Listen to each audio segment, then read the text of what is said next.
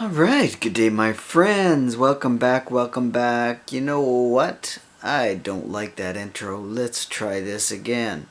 Hello, all my model car building buddies. What the hell? What's with that squeaky voice? Oh my god, I almost sounded like Model Cars with Glenn for a minute there. Maybe we need to take a sip of... That's not gonna happen, we're empty. Shooting blanks there, Chuck. Anyhow, let's not get too sidetracked because, yes, we are on the bench, kids. We are definitely doing some small things to the old AAR Cuda. Do we have a picture of that? Oh, Shazam! Just like that, it appears out of nowhere. How about that? Some little trickery there. So yes, indeed, we're separating some of the parts that I talked about previously. Interior, getting it ready to paint. We've started to detail the bottom of the chassis and chassis components. I was gonna glue this on, but we'll let that sit and dry for a little bit. Fuel tank, that's the word you're looking for. Actually, to tell you the truth, I had completely forgot that I had this aluminum tread-clad rust paint that I picked up. Let's see, compared to a little bottle, like, well, Tester's bottles are smaller than that. That's almost the same price. I think it's about $5-6 for that, and about $8 for that, something like that. And look how much more use I can get out of it. And it gives a different sheen than some of my other silver colors. So that's what we did for the tank. I did the drive shaft. Speaking of model cars with Glenn, this one is getting a drive shaft. Sorry to break it all to you guys that are Glenn fans. Oh, the interior. I made an executive decision to go... I was first thinking all flat black or whatever, you know, black interior, semi-gloss, whatever you want to call that color of interiors. I changed my plan, changed my mind because, you know what, black is too boring and I already got black suspension. So I've decided to go white paneling, and typically on Dodges in 1970, the dash and carpets were black. If you ordered white interior, you would come with white seats and white door panels and white headliner. And I'm going to spray things first with a white primer and see how that looks on this. And if I have to, I got white acrylic I'll spray over top of it. So I'm getting ready, dash for white. I've got the seat backs glued on, so I'm going to wash everything down with soap and do that. And what else?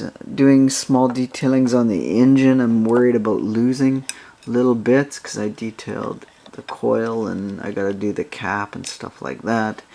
Because Mopar caps were tan, if I recall, back in the old days. And yeah, that's kind of what we're headed towards. So I think we'll take a quick break and I'll do up some things and come back and see where we're at. Wow, that is one hell of a big stump. That's my new friend, Stumpy. Washed ashore from some logging area, I'm sure, since I have no friends. Just kidding. Anyways, I decided to get out of the house. I painted some of the stuff on the Cuda, so I'm going to let it dry for a couple hours before I start doing more assembling and that. Get out of the house. The smoke has let up somewhat, so I can actually see the valley in the sky now, so that's a good thing. So I decided to come down to the waterfront because they have been spotting a lot of whales down here. A couple different whales, killer whales, and a few orca whales. I guess now is feeding time. A lot of people fishing in that. So I might have a clip of that. Actually, I just took up the other end of the inlet here.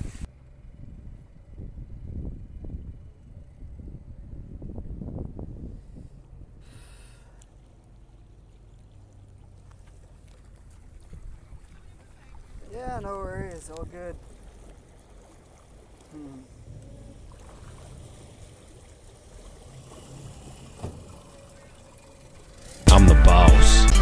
mouse. I might not have seen any killer whales yet, but I did find a killed starfish. Okay, we finished up our break. However, I didn't see no killers down there at the park. Actually, I didn't see no whales either, so. Okay, we're back from our little break.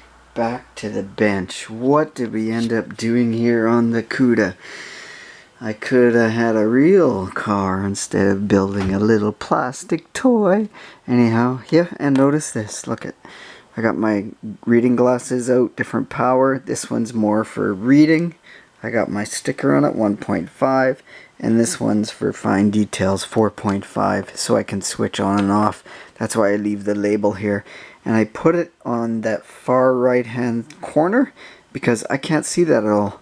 Because I barely got any vision out of my right eye. Maybe 20% vision, I think, last time I checked. Anyhows, where did I leave you off? Let's start off with interior.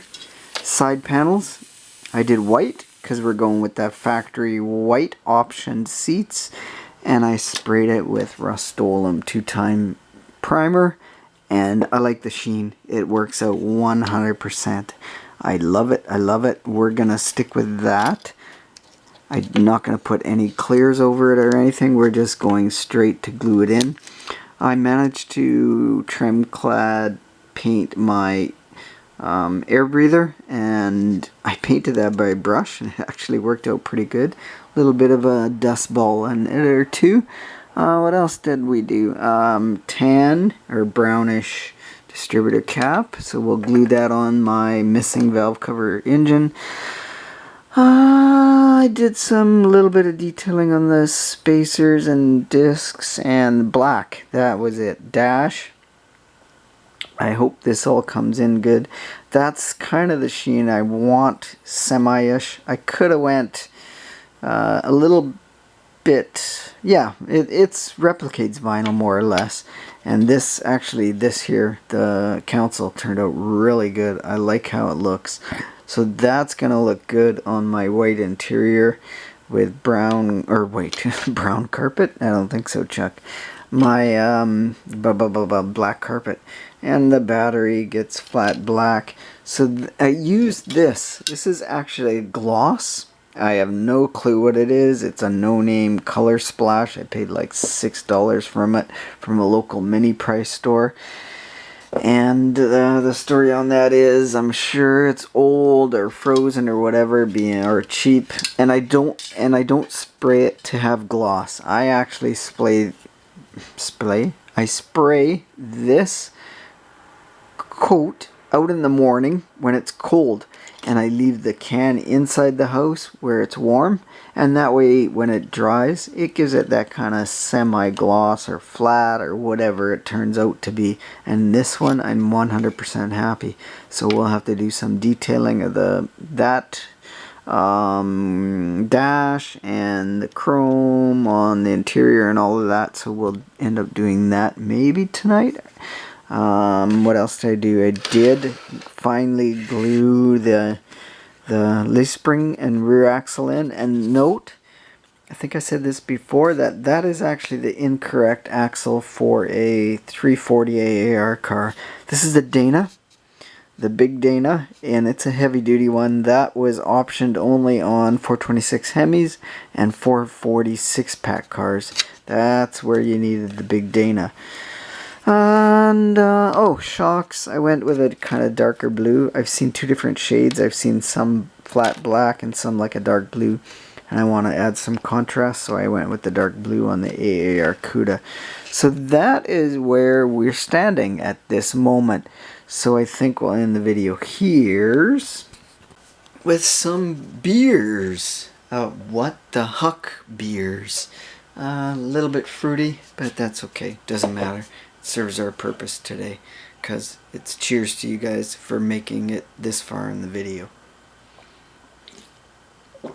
Oh, works for me. A little bit sour, yeah, it's okay.